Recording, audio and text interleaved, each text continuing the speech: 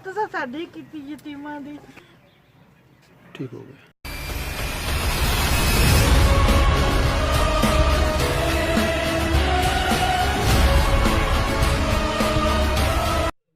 गुजरात से खबर शामिल करते हैं, जहां पर कई दहाइयों से एमपीए, एमएनए समेत पूरी ज़िली इंतज़ामिया खूबसूरत गुजरात सीवरेज सिस्टम बेहतर करने और निकासी आब के नाम पर हज़ारों लाखों नहीं बल्कि करोड़ों रुपए कागज़ों और अखबारों में खर्च कर चुके हैं।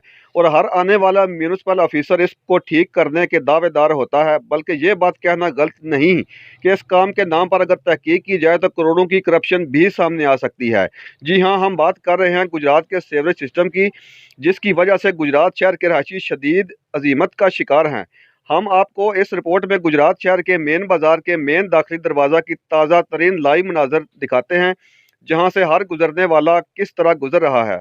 और बड़े अफसोस की बात है कि जिस जगह की हम आपको फुटेज दिखा रहे हैं, वहां आप वीडियो में देख सकते हैं कि पुलिस चौकी भी मौजूद है।